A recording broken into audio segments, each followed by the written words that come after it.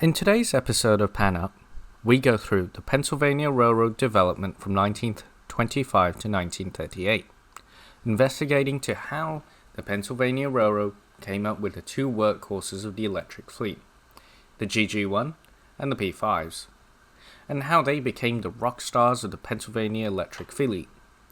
In this series, we go through the evolution of East Coast electric trains to see how they've improved over the last 100 years, focusing on the railroads such as the Pennsylvania Railroad, the New York Central, and the New Haven, as they would later merge into the Penn Central in 1968 and Amtrak in 1971. If you are interested in further episodes exploring electric locomotives, do subscribe. Next week's episode will be exploring New Haven's start into the world of electric locomotives, so subscribe if you don't want to miss that episode. In our first episode, I talked about how Pennsylvania started in electric locomotives. They were mainly third rail locomotives, but today we'll be going into the iconic AC traction electric fleet and its precursors. To begin, we'll start off today with the electric switcher series, the BB units, a series that was comprised of 42 electric switcher locomotives. Divided into three types, the BB1s were prototypes and received AC power. The BB2 series were DC third rail and worked on the New York Terminal District between Sunnyside Yard and Penn Station. 14 pairs of the BB3s were built for the Long Island Railroad electric freight operations on the Bay Ridge Line. Later on, in 1934, 14 were built for the expanding electrification on the Pennsylvania Railroad network. Due to this, BB2 would be converted for AC operation, and all the previous BBs would be classified as B1s. Some would be assigned to Penn Coach Yard, and a few were sent to Harrisburg Station. However, the only B1s to survive into the Penn Central era would be the one serving at Sunnyside Yard. When retired, all would be scrapped except one, that survives in the Railroad Museum of Pennsylvania. Next is a mainline freight locomotive and passenger locomotive that was a precursor to the P5s. The 01 was an experimental box cab built in 1930 to 1931 by Altoona Works. The 01 was a class of 8 locomotives that were a 2B2 configuration.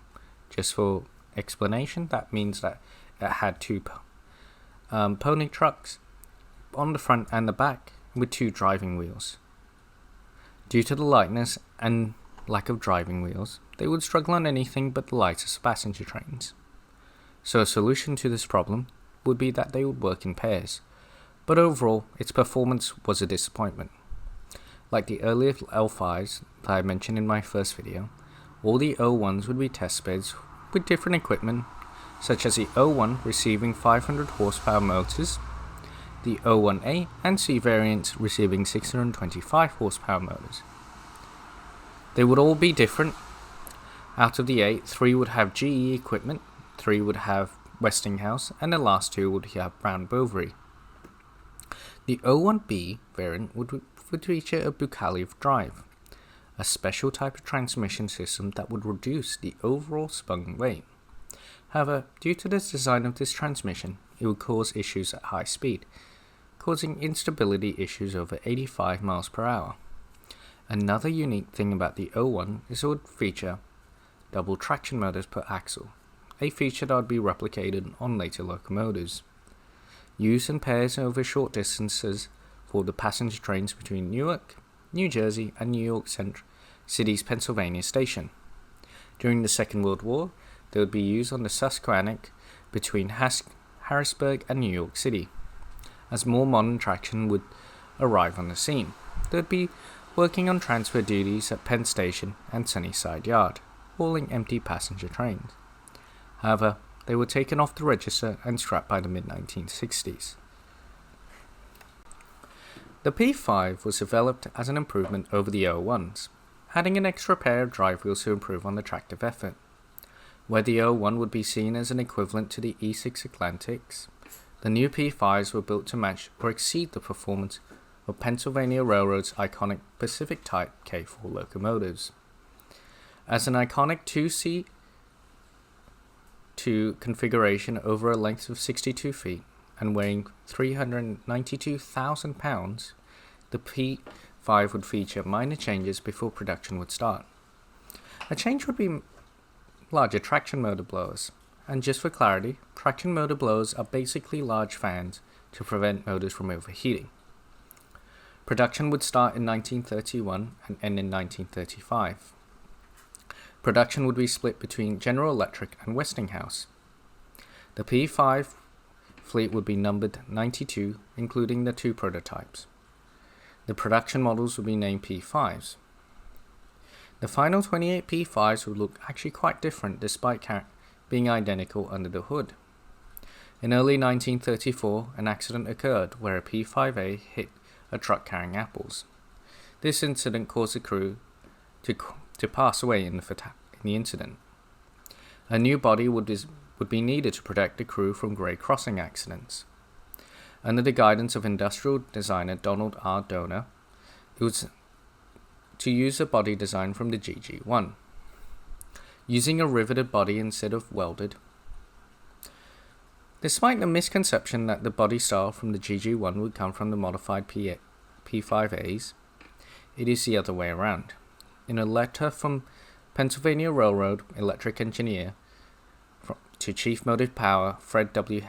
Hankins, attached is a blueprint showing the new cab arrangement from the 6-axle, in quotations GG1. We are also working on one for the 4-axle, the R1. The small model shows the outside of the 6-axle engine. I think it meets the ideas of yourself and Mr. Gibbs. Early next week, we hope to have the cab layer of a similar character to apply to the new 28 P5As. This letter proves that the original body indeed come from the GG1 and not from the P5As. I will also add the article from Classic Trains if you are interested in reading more about this incident. The GG1 would be born out of 2 things: the EP3 on the New Haven Railroad and a need for more pulling power. The P5, despite being successful in 8 to 10 car trains, would struggle pulling larger trains and had issues at high speed. The Pennsylvania Railroad would borrow a locomotive from the New Haven Railroad. The EP3 would be trialed as a way to find a solution to find the ultimate electric locomotive. During the test, it showed that the 2C plus C2 configuration would show better running performance compared to the P5A. So as a solution to the P5A's disappointment in performance, the Pennsylvania Railroad would put out a tender to General Electric and Westinghouse, where they could create a successor to the P5A. The requirements would be at least 100 miles per hour, with a lighter axle load, a streamlined design, and a single control cab. Westinghouse would create their own locomotive to compete for the tender with the new electric locomotive. It was named the R1. A solution to the P5 that was to simply add one more pair of driving wheels. This means that it is 2D2 wheel arrangement, and that also the wheel diameter was reduced from 72 inches as of on the P5s to 62 inches. Built in 1934 and numbered 4800. However, when the GG1 won the tender, the sole R1s would be renumbered to 4899 and later 499 to allow for the expanding GG1 fleet. The Pennsylvania Railroad would prefer the R1 originally. However, in 1934, the GG1 and the R1s would be tested on the Pennsylvania Railroad test track and passenger services between New York and Philadelphia. Both locomotives would perform better than the P5As. However, one issue arose with the R1 compared to the GG1 is that due to the longer wheelbase, it would struggle going around curves and turnouts. Due to this issue, it was decided that the GG1 would be better, and the GG1 would be the new electric locomotive for the Pennsylvania Railroad electric fleet. As being the sole R1, it was given the duty to haul the westbound Broadway Limited and would haul the heavy mail express train on the return trips. One major issue that it would occasionally face would be the occasional derailment in Sunnyside yards due to its inability to go through switches easily. It would be scrapped in 1958. After the test with the EP3, it was decided that General Electric would use the EP3 as a basis for the mechanical running gear in the GG1. In the competition, the GG1 would beat the R1 in being able to negotiate curves and did not exert as much lateral forces due to its articulation. Because of this, it exceeded expectations and would be accepted into mass production. It would be chosen to star in the Pennsylvania Railroad marketing. Despite the claim that Raymond Loewy was responsible for the design of the GG1, it's somewhat of a half-truth. Donald Donner, the person responsible for the P5AM body style, would be the first designer, creating the initial body style that we see on the GG1 4800s. The prototype was using a riveted body, and hence it was nicknamed Old Rivet. This is where the famous Raymond Loewy was brought in by the PRR to help make the GG1 prettier. He made several alterations to the initial design. Loewy has claimed that he was responsible for the smooth and welded body instead of the riveted one, and the paint scheme of Brunswick green and the 5 gold pinstripes. Another thing that made the GG1 interesting was its tremendous short-term power, which was 8,500 horsepower, and its continuous was 14,600 horsepower. On January 28, 1935, to celebrate the completion of electrification from Washington, D.C. to New York City, the Pennsylvania Railroad ran a special train with GG1 or Old Rivet 4800 before it opened the line officially on February 10, 1935. It managed to return to New York City from Washington within an hour and 50 minutes. That was a record for the time. The GG1 would be put on some of the most iconic passenger trains of the Pennsylvania Railroad. It was simply reliable, quick, and overall loved by its crew. Another iconic assignment would be that the GG1 would hold a funeral train of President Franklin D. Roosevelt from Washington Union Station to Pennsylvania Station in 1945. When the war ended and passenger travel via train started to become a bit more unpopular, to the post-war boom allowing people to buy cars, GG1's 4801 to 4857 would be re-geared to a maximum speed of 90 miles per hour and would only be placed in freight service. However, many would keep their steam generator to January 15, 1953 to allow for heating in coaches. They were occasionally used for the holiday season trains and passenger extras such as the Army-Navy football game in Philadelphia. One of the famous accidents involving the GG1 was on January 15, 1953, Train 173. It was the overnight Federal from Boston. It was run by both New Haven and the Pennsylvania Railroad. New Haven would take the train from Boston to New York. Departing Boston, it was discovered that after 2 stops, it was noticed that the brakes were sticking. Due to this, an inspection was performed at Kingston, Rhode Island. The conductors noticed that an angle valve or a brake pipe isolating valve was closed on the end of the third car. To give an understanding of how air brakes work in trains have a continuous pipe of air that goes from locomotive to the end car. When the driver reduces the pressure in this brake pipe, the brakes will come on as the triple valve would apply the brakes in that particular car. When the engineer recharges the brake pipe, aka increases the pressure in the brake pipe, the triple valve will release the brakes. How an emergency stop works is that the engineer of the train basically dumps all the air in the brake pipe, causing all the brakes on the train to apply. This is a basic simplification on how it works, and I will definitely go into a further explanation into a later video. I will be using the 26L Westinghouse air brakes just as a bit of a basic understanding on how to explain it. When the train stopped in New York City so that a change of power could be performed, GG1 4876 would take over from the New Haven electric locomotive. The inspectors found that the brake pipe isolating valve was to be in the open position.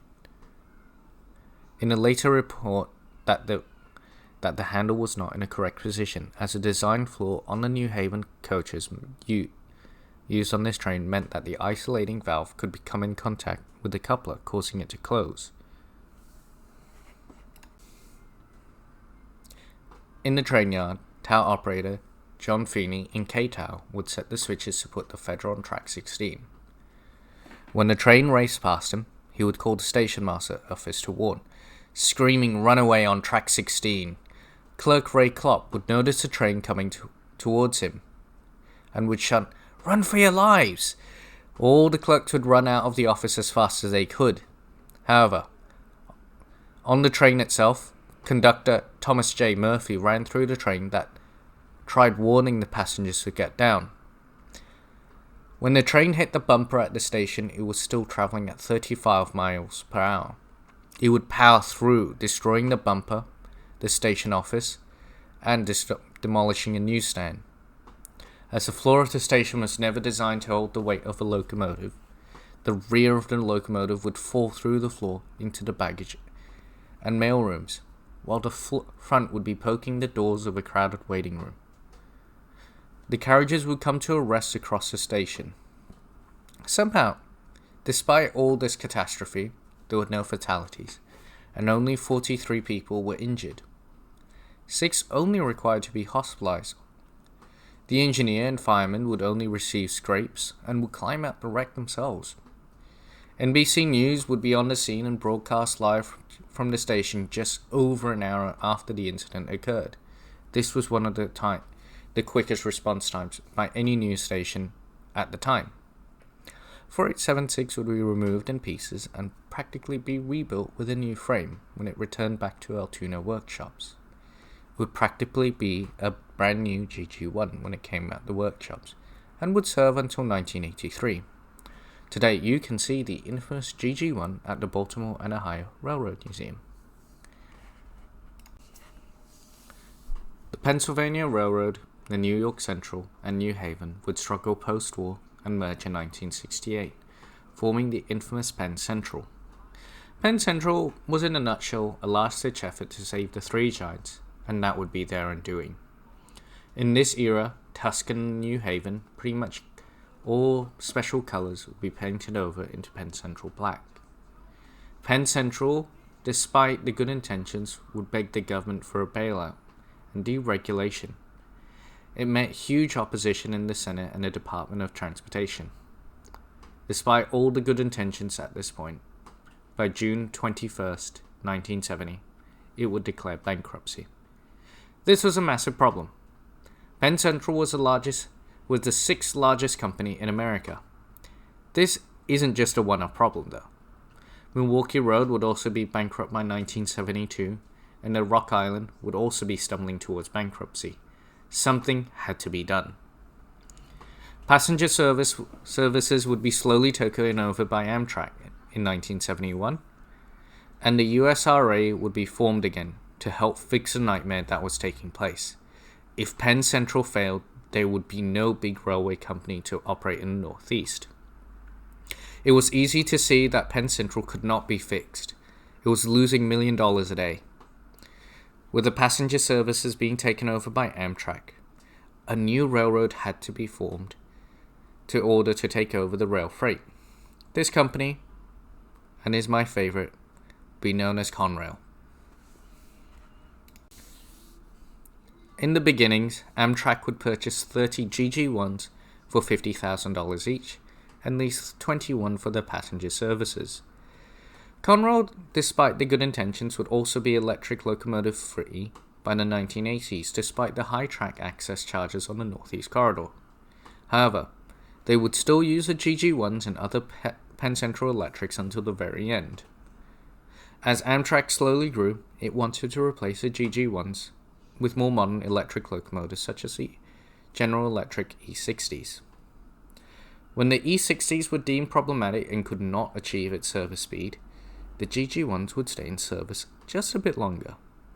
However, with the testing of new designs such as the RC4 by ASA of Sweden and the X99-6, a French design of the SNCF CC 21000 class, Amtrak would pick the RC4 building a derivative known as the AEM7. When the AEM7 arrived, it would remove the GG1s from service, with the final GG1 service for Amtrak ending on April 26, 1980. However, the last GG1s would remain on the New Jersey coastline working for New Jersey Transit. The last of their GG1s would retire on October 29, 1983, making the GG1s last 49 years of service. That's where we shall conclude today's video about the Pennsylvania Railroad GG1s and P5As. I hope you enjoyed it. I always would like to hear some feedback, and next week's video will be about New Haven's efforts to electrify, and after that I'll showcase you the last of New York Central's electrics. I will also be announcing in the comments which trains won the vote.